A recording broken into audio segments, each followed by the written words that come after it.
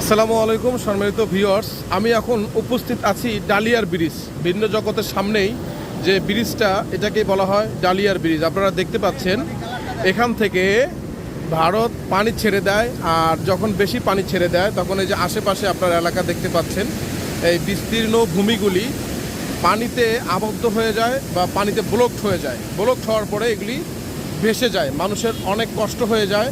এজন্যই বছরে 2-3 বার এদিকে বন্যা হয়। এদিকের কথা কেউ বলে না এবং কেউ কর্ণপাতও করে না। এই উত্তরবঙ্গের মানুষরা আসলেই অবহেলিত। বছরে 2-3 বার বন্যা হওয়া সত্ত্বেও তাদের দেখার মনে হয় কেউ নাই। যাই হোক, পানির যে স্রোতটা, এটা আপনাদের সাথে একটু শেয়ার করি। আপনারা একটু দেখুন, এই যে পানি আসতেছে, এটা তিনটা স্রোত থেকে, তিনটা গেট থেকে সমান্তরালভাবে পানি আসছে। এদিকে একটা, ওইদিকে একটা। আপনারা দেখতে পাচ্ছেন এই যে আমরা ডান পাশেরটায় চলে আসছি। এরকম 24 আওয়ার্স পানি সবসময় এরকমভাবে আসতেই থাকে।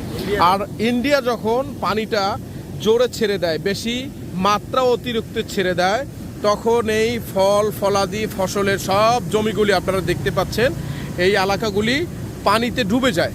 মানুষের নানান রকম সমস্যা হয়, কারো ডেঙ্গু, ম্যালেরিয়া, তারপরে পানিবাহিত যত রোগ আছে, ডায়রিয়া, এই সমস্ত রোগে তারা আক্রান্ত হয়, খাইতে পায় না, অনেক সমস্যা হয়।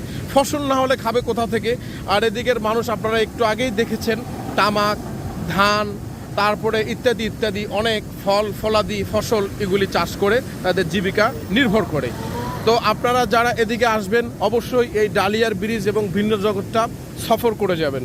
ততক্ষণ পর্যন্ত আপনারা ভালো থাকুন, সুন্দর থাকুন, সুস্থ থাকুন।